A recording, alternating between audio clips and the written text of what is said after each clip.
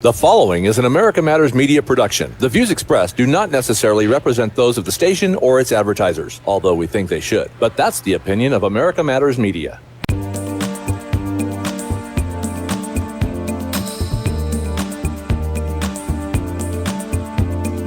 This is not America. Sha-la-la-la-la. Little piece of you.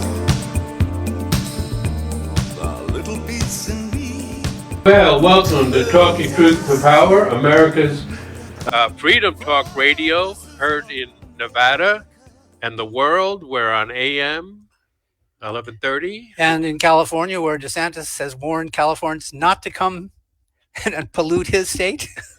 You see that? Yeah. He doesn't want Californians to come out to Florida. You've done enough damage in California.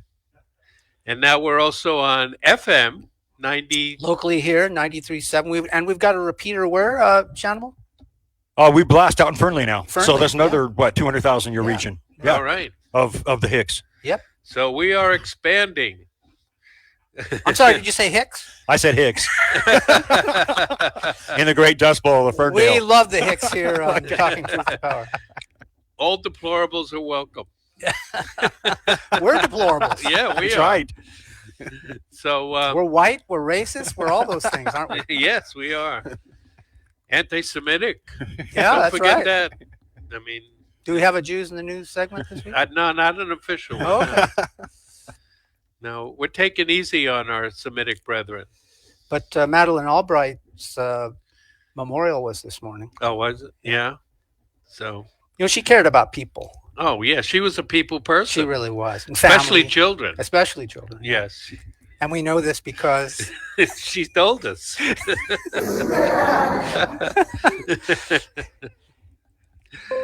Okay, so I'm Brendan Trainor, award-winning writer here in Nevada. My co-host, Leland Faegre, who's also a screenwriter and a musician. And we have the inimitable Shanimal Lawson working behind the boards. Morning. Good morning. And so what do we have today? Well, that's I guess we should start off talking about the Russian invasion, although, we should. I guess so. Oh, okay. It's now in day 63, and the Russians are still not out of gas. And the It's a pathetic thing to look at, though, isn't it? Yeah. Honest to God. Yeah. The collective West is telling their people, including in the United States, but primarily in places like Germany and England, to shower less, eat less, and perhaps die a little sooner than they had planned, just to annoy Putin. Seems reasonable. Because you got to preserve democracy and our values. And whatever it takes. Yes. You know, shower a little less, eat a little less, die a little sooner. What's the matter with that? So Italy has imposed gas rationing on its public schools and buildings, and the private sector would be next. All of this is supposed to make Vladimir Putin feel so bad that Italians are colder in winter that he'll just turn off the war. He's a sensitive guy. Yeah. When he's not a thug, Yeah. he's a sensitive guy. Always worse than a thug. I know that because I hear all the neocons. Yeah. Oh, they're Talking about him. about him. Yeah. So he's much worse than a thug. And how long will the Republicans back the Democrats in allowing Biden to be a war president?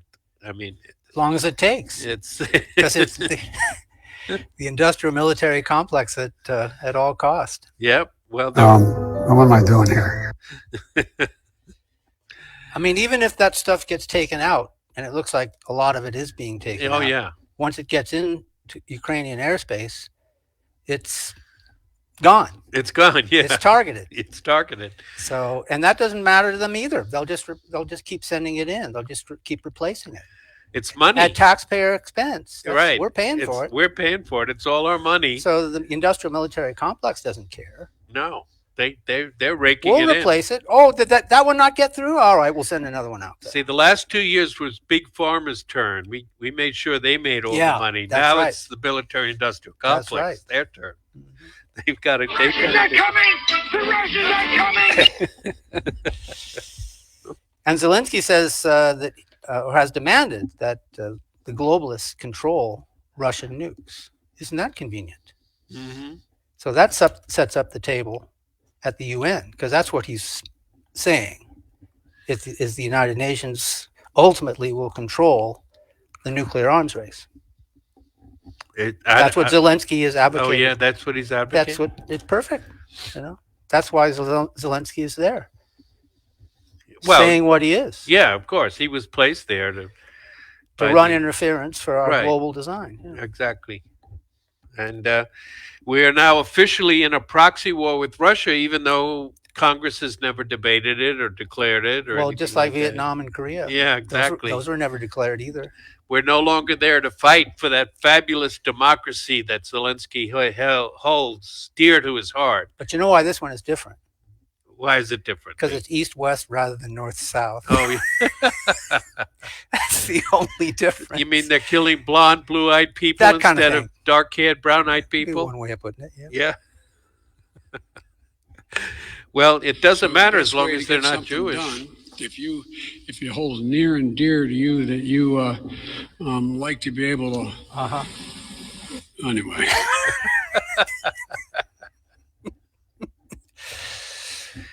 Yep. Oh my God! The Anglo-American Zionist Nazi Satanist conspiracy rolls on.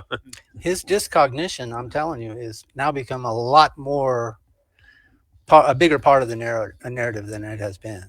Mm-hmm. Everybody's bringing it up now that used to avoid the subject. Right.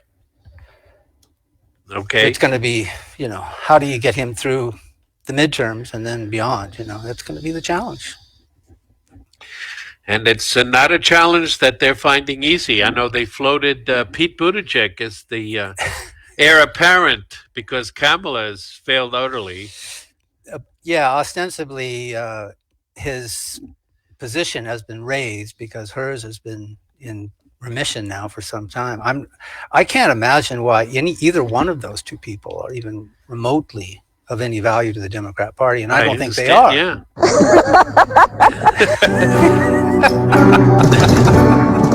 Laughing is infectious, isn't it?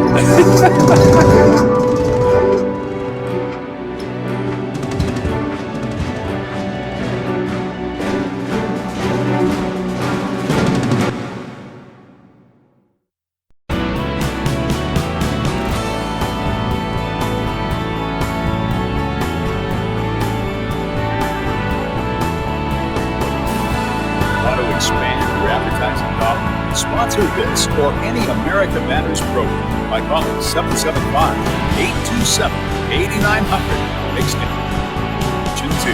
Now back to the show. Well, welcome back to Talking Truth to Power. I'm your host, Brendan Trainor. I'm here with Leland Faegre, and we are talking about the war in the Ukraine. From a different point of view here, you're going to hear more details and that's an understatement. Less biased commentary. Yes. So they've been the West, the collective West, has been trying to open up a second front in the war. They tried it in Nagorno-Karabakh or Armenia, between Armenia and Azerbaijan. They've been stirring up trouble between Russia and Japan. But they may get it over a country that's not really a country, but it's kind of sovereign. That? It's called Transnistria. Called Moldavia. Yeah, Moldova. Yeah. Moldova. And it's the same scenario as the Ukraine. Well, a little bit different because their beef with Moldova was right after the collapse of the Soviet Union in 1991, when Moldova and to put it fairly, Moldova is primarily a Western-oriented country. Its culture is primarily Romanian, which is the forgotten Latin language. But the thing is that the ethnic Russians, right along a strip of land bordering right on the Ukraine, they refuse to go along with that, and they are now and are really not officially anything, but they're acknowledged by Moldova as an autonomous region, and Moldova admits they really have no control over it. There's about 1,500 Russian peacekeepers there, soldiers. So Lots of Russian spoken in that area. yeah, lots of Russian spoken. They're ethnic Russians, and they just didn't want to go along with joining the EU. Now, Moldova is not I'm with them part on of that. yeah. Moldova itself is not in the EU or NATO, although Romania is, and there's really more danger of Moldova being taken over by Romania than by Russia. I mean, Putin doesn't really want it to have anything to do with the ethnic Romanian westernized people of Moldova. They want to, like all ethnic Russians that are separated from the motherland, he has concern about them and their treatment. So if he goes in the south, if along the northern shore of the Black Sea, if the Russians go through to Odessa, which people think they will, and Russia's threatening to do it unless Ukraine comes to the table right now, but Ukraine is not going to come to the table because we're giving them arms and we're encouraging them to fight to the last Ukrainian. So they're not going to come to the table. So then Russia will undoubtedly move westward and capture Odessa, a very strategic old city with a lot of history to it. And then they will have a land bridge that would connect with Transnistria. So what's going on there now is it looks like Ukraine wants to widen the war and bring it to Transnistria, which is not fighting the war at the moment. And there were some strange attacks and explosions in Transnistria, which many feel is a false flag. And because it's Russian oriented, the attacks on these government buildings would really be attacks on Russia. So that's a way to expand the war and possibly get NATO involved. If Romania they're already decides, involved. Yeah, well, they're already involved, but more officially, They're already involved. providing Right. A lot of arms, and it's getting a lot of attention in our local or American media, and it acts as an escalation. It's clearly an escalation. Well, yeah. Well, that was the whole thing about Ukraine from the beginning, even though it was not being admitted into NATO, because you can't have a divided. One reason is you can't have a country that's divided by a civil war be admitted to NATO. But the thing is, it was a de facto arm of NATO. They were getting all these armaments and training. Right. Exactly. That one reason why the Ukrainian army is fighting a lot better now than they would have in 2014 and 15 is that they've been being trained by the NATO, and they have, and then the Azov people, the neo-Nazis, have been infiltrated into almost every unit of the Ukrainian army, sort of like the Russians did in World War II with their political commissars that they put into every battleship and every division to keep them in line. So, and it looks like they're crossing the Russian border. Yes, they're attacking inside Russia with now. Some shoulder-carried weapons that are taking out a lot of strategic oil plants, manufacturing, and like that. They're low-flying helicopters at night, which is extremely dangerous. I mean, tactically, you got to hand it to them for even attempting it. Yeah, they're amazing. Yeah, but a tenacious group of soldiers, these Ukrainian Azov people. And I think it prolongs the war. That's all it does. Yeah. I mean, Russia's fighting with its hands behind its back. Now, for the first time, because of all these armament shipments, Russia's going to start attacking railroads and bridges. In other words, infrastructure. They haven't been doing that up until now. Not much, yeah. So the all of these collective Western provocations, and Zelensky was over there, and Austin was over there, and I mean in Kiev, Zelensky, Austin, and Blinken met just this last weekend, and they pretty much came out and said, we're no longer fighting for democracy and our values. We're fighting to wound Russia. Yep. And they're beginning to acknowledge that Russia is going to tactically and strategically win the war, but they're hoping that there will be a low-level resistance like in Afghanistan that will weaken Russia over the long term. And that's debatable because, effectively a civil war. That's what they're trying the to border. keep promoting, a civil war, exactly. Which is why, for its own security, that means that Russia will even more likely. Did you hear that? What? No. Those were the champagne corks that blew out of the bottles of the Pentagon and the industrial military complex. That's what that was. Yeah. Okay. So Russia's, gonna. The thing is that this is not like Afghanistan, where most of the people in Afghanistan did not like us occupying them. The people in the Donbass are celebrating.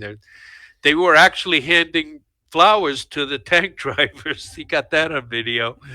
So, and then now in Kherson, which is the province just to the north of Crimea, it's still a seaport on the Dnieper River, and Zaporozhye, which is next to it.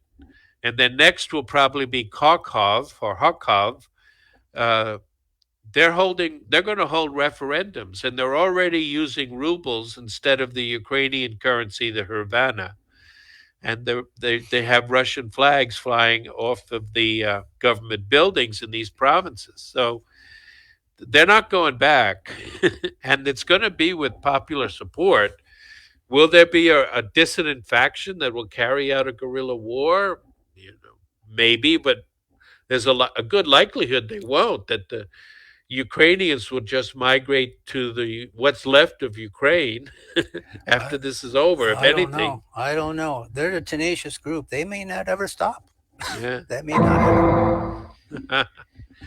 Well, we'll see, but more champagne corks. That's more champagne corks, yeah.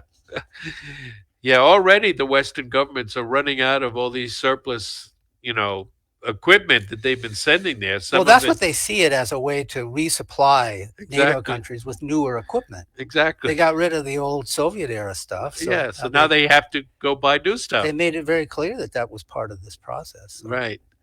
So the people in Europe and America are going to suffer from inflation and food and energy shortages, but those NATO countries, they're going to be razor sharp with weapons, aren't they? Yeah, it's all a big game. War is a racket. It is a racket. General Smedley Butler said in the 1920s. And as Ron Paul re-quoted him yesterday, or the day before yesterday. Yeah. So it's the way the world works now. Now we do have some good news. Vlogger What's the good news? Gustavo Lira is alive. Mm-hmm. Yeah, he's still with us. Yeah. He was detained by the secret police, the SBU, and they took away all his phones, and they took away his access, his accounts. They shuttered his accounts. But he was detained for 5 or 6 days and finally released. Apparently wasn't tortured, but he can't talk about it. He might be under some kind of house arrest. Probably. Yeah. We'll let you go, but you got to keep your mouth shut. Well, he's not. Yeah. He's still appearing. But he was for a while. Yeah. Because they stole everything. They stole everything, yeah. He has a new Twitter account. I think it's Gustavo Lira 1968. But I haven't hooked up with him yet. How new is that account? Brand new. Brand new. Just since he got out of this detention. Or just as Elon Musk signed on the bottom line? Shut up. Yeah. Because I'm going to get a Twitter account now, I think. Sure, why not? Yeah. You I was never interested in promoting or have anything to do with that entity while the raw sewage was in the board of directors. But now that they're gone, I'll gladly take a. You know the thing. Yeah. And the thing is that little Tweety bird. I still think they should get rid of that, but yeah. We choose truth over facts. Well said. Don't go away.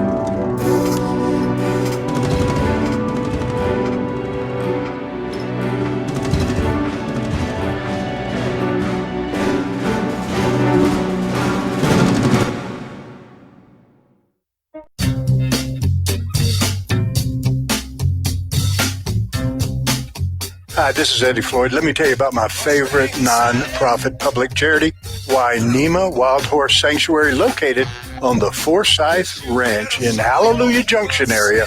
And please go to www.wainemaranch.com. That's WYNEMA ranch.com. Mustang Saturday now, baby.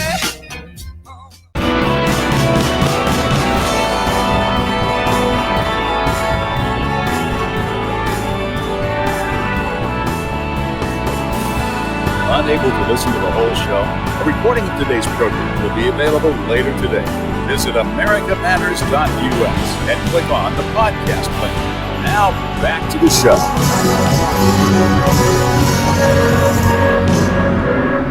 Well, welcome back to Talking Truth to Power. I'm your host, Bernard Trainor, my co-host, Leland Faegre. Hey, have you ever thought that no matter who you vote for, you always get John McClane? Never. I never thought of that. Well, I think a lot of people in France are thinking about that right now because Macron handily beat Marine Le Pen in the about 60-40 again in the final election, even though... Well, no, not again. She did better this time. She did a little bit better, but it was still... They sent the propaganda machine went after her very, very succinctly. Uh-huh. Oh, and, yeah. You know, they turned out, but a lot of people just turned out to vote against her. Yeah, exactly. Not for Macron. Right. The people on the left. That was the big issue. That's right. Whether the people that voted for Mélenchon, who came in third, only a few points behind Le Pen, and whether they would stay home or whether they would hold their nose and vote for Macron. And I guess they put some... Vaseline up their nose and decided to go vote for... It's electoral strategy that's worked in many cases over the last 100 years. You run enough candidates, it splits the vote. And that's what they did here. Because if you put all of the opposition together to Macron, they had about 52% of the vote in total. Yeah. So that would have defeated him. Right. But unfortunately, it's rigged, you might say. It worked out very well. So it doesn't work out that way. But it's still about the parliament. Yes. The assembly, the French assembly. Yeah. So, she could still play a significant role in a few weeks when that is decided. Yeah, we'll see. I mean, her base is in the south, near places, Marseille and Avignon and all those great southern French cities. That's where her base supposedly is, but she didn't do well there a couple of years ago. So we'll see. Hopefully, her party or associated parties will be able to form enough of an opposition in the French Assembly to keep Macron in check. Because he wants to be, the new Napoleon. He wants to he does. Downgrade Germany and make France the supreme power on the continent. That appeals to the French nationalistic inclination. It's always the same mindset over there, isn't it? Yes. It's really always the same. You got to like that about the French, though, because they're very nationalistic. Yes. Yeah, no. Yeah. That part of it. That part of it is true, yes.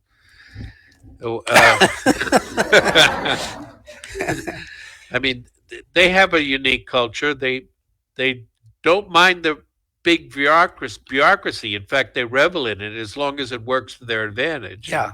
And if it doesn't, then... Not unlike anywhere else. Yeah. Yeah, and then...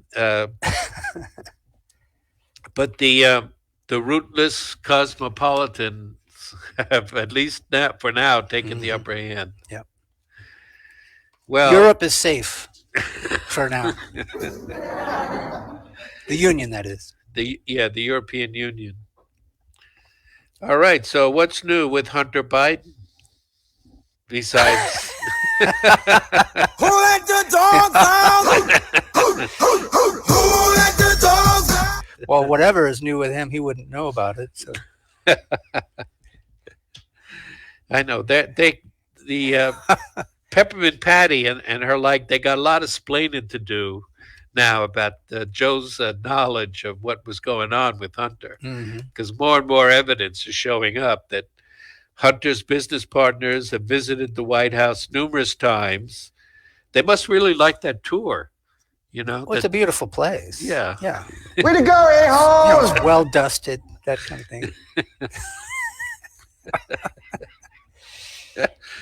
And the subpoenas that have been issued for Hunter and his brother James Biden, or Joe's brother James, have pretty broad and asking for all financial records back to about 2014. So Well, the only question in my mind is whether we're going to get a special prosecutor out of it. Yeah, that's really what it comes down to. Damn, son, where'd you find this? And it's not clear to me at this point that that's actually going to be in motion before at least the midterms. Right. They're going to drag this thing out, you know, because it goes to Joe. It's not about Hunter. It's Joe. Oh, hell no! Like the war is not really about Ukraine at Right. all. No, it's not. It's about Russia and America. And globalism. Yeah, globalism. So Assange is going to be extradited. The judge has greenlighted it. All that has to happen now is for the secretary, I guess the Ministry of Justice. I'm not sure. His name is Parsi, which is a bad sign right in the beginning. But he's going to rubber stamp it. It's all part of the plan. I'm not sure it could be any worse for him. That's my take on it. He did manage to get married recently to his fiance and mother of his 2 kids. That must have been quite a honeymoon, huh? Yes. Oh man, that poor guy. Yeah. At the Cannes Film Festival, there was a zombie comedy entry, but the filmmaker called it Z, so he had to change the name. He couldn't. They wouldn't let him in with Z as the name. Unleash the beast. We should get some T-shirts made up. I know. I'm thinking of that. Yes. So Elon Musk has actually bought Twitter, and we're going to see if that is as great a victory as everybody is hoping it'll be. Which is what we said on Talking Truth to Power a couple of weeks ago. Right. That was going to happen. Right. But of course now they say that Twitter will become a bastion for white heterosexual males to Twitter on. That's why I'm going to get. That's why you're going to get on. Yeah, I'm going to establish an account there finally. I should feel right at home. But the problem now is the EU. Will the European Union allow Twitter in Europe because they have banned all hate speech? And then, of course, actually, will it be a bastion of freedom? Because, you know, on Trump's platform, Truth Social, which he says he's going to stay on, you can't say mean things about Israel or the Jews on that platform. Oh, that's point. Yeah, good point. Yeah, they put that out. They put that in their terms of service after Trump bought the thing. So just how much free speech you're going to have, that still remains to be seen. Well, it's another platform. Yes, it's going to be better. More the better, I think. You know? Right. If you can't discuss that issue, you can discuss it over here. If you can't discuss it over here, we'll discuss it over there. We're just running from shop to shop. Done that all my life anyway. No difference. And then the libs of TikTok, that was in the news. Boy, this social media wars, they're going to keep going. It's kind of like Ukraine. It's going to be never ending, huh? So there should be some sort of an IQ or academic litmus test, though, for those who seek, accounts in these mediums, because Jesus, there's really nothing on TikTok. Hell, I don't even find anything on Instagram. I'm not active on Instagram because I just think it's low information. It's basically a subset of Facebook. Yeah. But with more titillations. there are people like Coconut Kitty on Instagram that are really not on Facebook so much. I don't know who that is. You probably don't want to know. Yeah. That would hold my attention for about 2 seconds. But anyway, Taylor Lorenz, the sobbing liberal. Yeah, right. She's quite a sight, isn't she? Yes. And the only reason I know about her is because mainstream media has picked it up. Right, exactly. She's a columnist for the Washington Post, and she was crying that people on the right were saying mean things about her. Yeah. And it was giving her PTSD. Kind of like Johnny Depp's former wife. She claimed to have PTSD too, but the site couldn't find it. Well, but I think they deserve each other, those two. Yeah. But this one here, I mean, just give her a Kleenex and let her go away. I mean, honestly. Same. Oh, Whoopi's leaving too, right? Yeah, Whoopi's leaving The View. And not coming back anytime soon, in her own words, I think. But the thing is, Taylor, just a week after she went and got that interview and was crying about being doxxed, she was doxing the family of the Lives of TikTok creator. Did you see they put up in Times Square? In Times Square they put up a running billboard about how Taylor Lorenz was doxing the Libs of TikTok video. So what's the attraction there to her? What is that? To Taylor? Yeah. What? How does she have that following to begin with? How does Taylor have it? Because she feeds into the leftist, censorship program. So you're saying it's academic? No, it's not visual. What, her posts? Whatever, however it is that she's pulling this off, I just don't get it.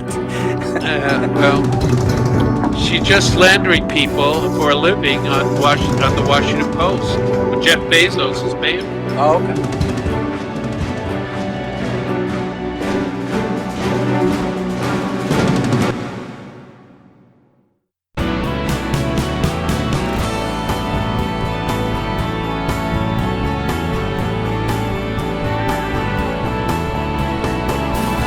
Are you shy and don't want to talk on the air? Text us your questions or comments to 775-237-2266. Now, back to the show. And we essentially laid out his playbook. Playbook, straight out of the playbook. It's the Russian playbook. This is right out of the Russian playbook. Again, we've seen Putin's Syria playbook, Russian disinformation playbook. Biden responds, cyber attacks are part of the Russian playbook. And so now they have resorted to the typical Russian playbook. This is a classic page out of a dictator's playbook. Something that we see is in the playbook of Russia right now, like a page from Russia's playbook. Well, did you ever notice that we know Russia's playbook, but do they know our toolbox? Yeah, that's right. We talked about this a couple of weeks ago. But if you need me, I'll just be right over here reading the Russian playbook.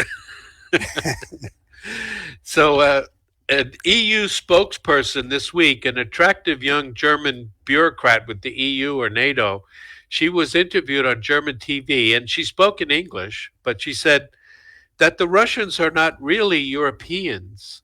They're barbaric and had diminished appreciation for the worth of human lives because they have shorter lifespans than the Western Europeans.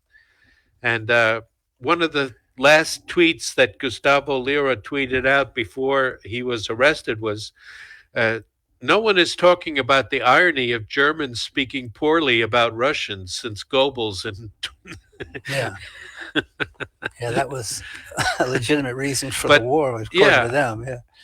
I mean, that just goes to show you that there is this antipathy or hatred of Russia. And for the life of me, I can't really figure out why, since, they were the allies in World War II of the Western powers. And it's like blaming us for American leadership. Yeah, exactly. And speaking of that, Senator Romney and the rabid anti-Russian Keith Olbermann accused Tulsi Gabbard of being a Russian spy because she said that we have to find out what's going on with those biolabs in the Ukraine. They use this word treason way too loosely. I know, way too loosely. And of course, by implication, then Tulsi Gabbard should be tried. And exactly, that was her point. Treason is and piracy, I think, are the only crimes that are really supposed to be federal crimes and punishable by death. And is punishable by death with 2 witnesses. Yeah. Exactly. But so this is once again an example of Romney's irresponsible behavior. Yes. Those Mormons, they got to get their act together there in Utah, don't they? Yeah, those magic diapers must not be working. So-called Latter-day Saints. Yeah. Oh gosh. So she's going to sue. She sent off a letter. Well, I hope so. Yeah. That to both of them, saying that they have to retract and apologize. And I think she said that Romney has to resign from the Senate. But they should. I mean, they have unanimity. They have immunity for what they say on the Senate floor. Yeah. But it's unclear whether he said that on the Senate floor or not. Yeah. That would well, it would be nice to see Oberman go away. I'll tell you that. Yeah. Yeah, Oberman is really over the top. Do you think, there's a compilation of things on the internet that he said. There is? Oberman? Yeah, Oberman. Oh, I find that hard to believe. And one of them is called Russia, Russia, Russia. And the whole video is over 10 minutes. It's really funny if you listen to it. But that Russia, Russia, Russia part is really good. Russians are coming! The Russians are coming! Is that it? No, that's not it. Russians are coming! The Russians are coming! Well, I think he's going to blow the dust off. One more. Okay, one more try. Shanimal's on it. I know we gave him a lot to do this week, didn't we? Yeah. Emergency! No, everybody to get from street. That was from The Russians Are Coming. The Russians Are Coming. But that's a good one. Yeah, but you got the Keith Olbermann there, Shanimal? I don't think Russia, so. Russia, Russia.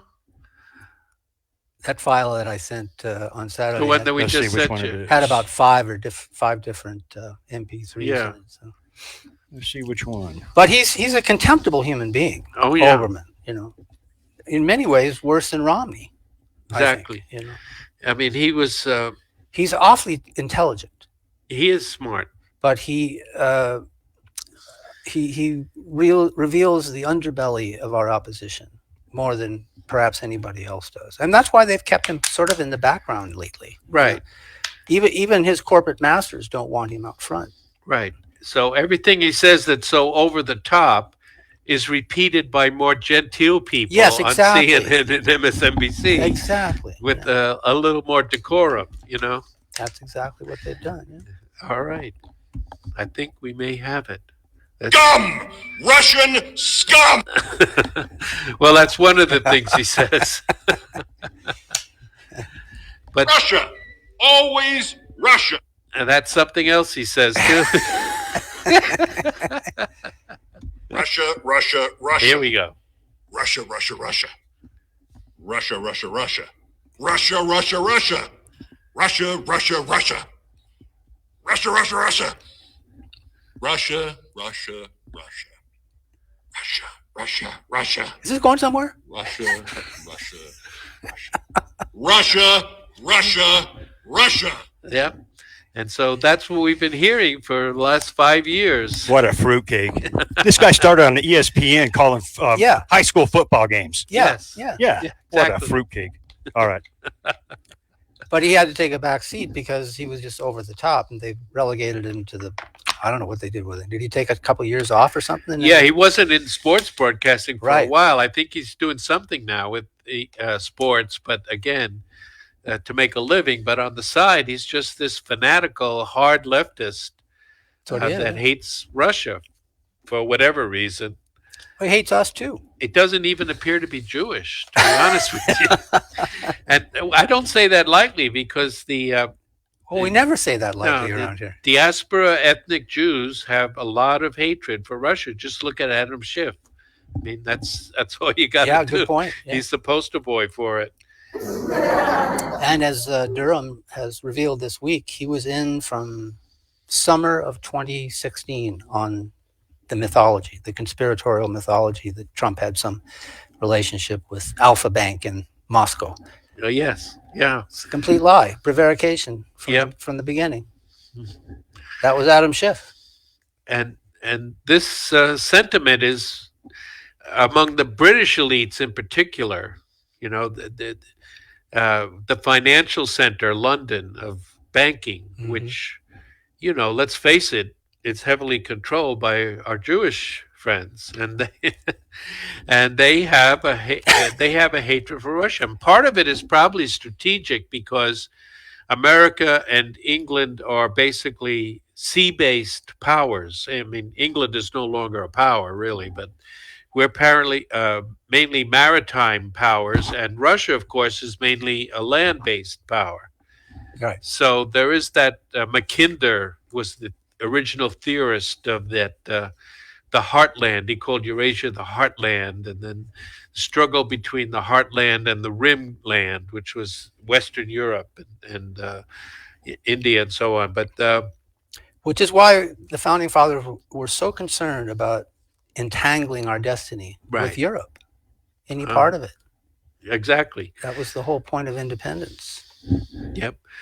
Just read George Washington's farewell address. Yeah. And ongoing animosity towards one country is bad. Washington said, it is the basis of America first, you know, and you should not have an ongoing hostility, nor should you have an ongoing friendship with any nation. You should always put America's interest and the interest of the American people before any of these alliances. And yet, there we are in NATO, not only in NATO, but domineering NATO and domineering Europe. And we're afraid to lose that dominance. We don't want any peer competitor, neither Russia nor China.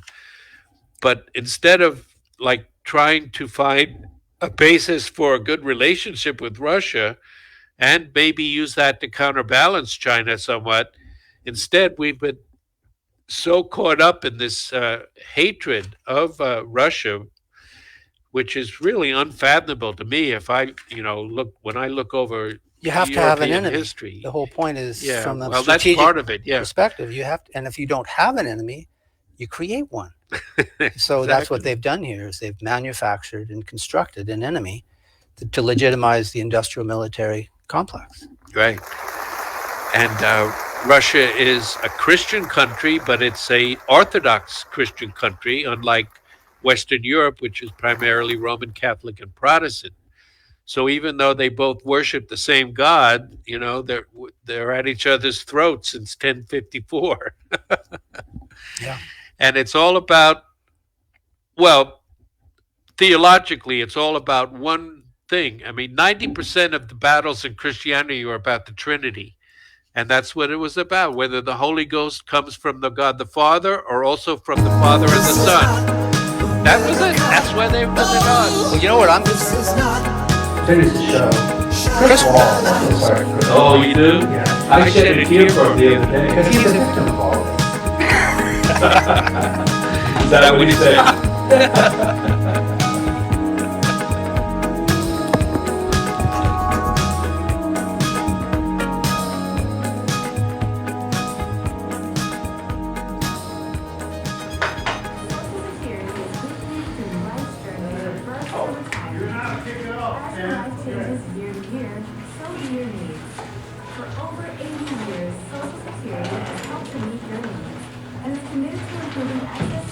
Hey, I'm sorry, boss. We forgot to promo the show. Good show, kids. But we will do. We'll get in the habit of doing that. Yeah, I know. Sometimes it's a hard. Well, it's just we're not in the habit of doing it, so yeah. it's all right. Yeah. Trumpets are meant to be broken. We'll keep doing it. Yeah. I don't see Heller. Huh? I don't see Heller. No, he's supposed to, well, here's the thing, ready? Yeah.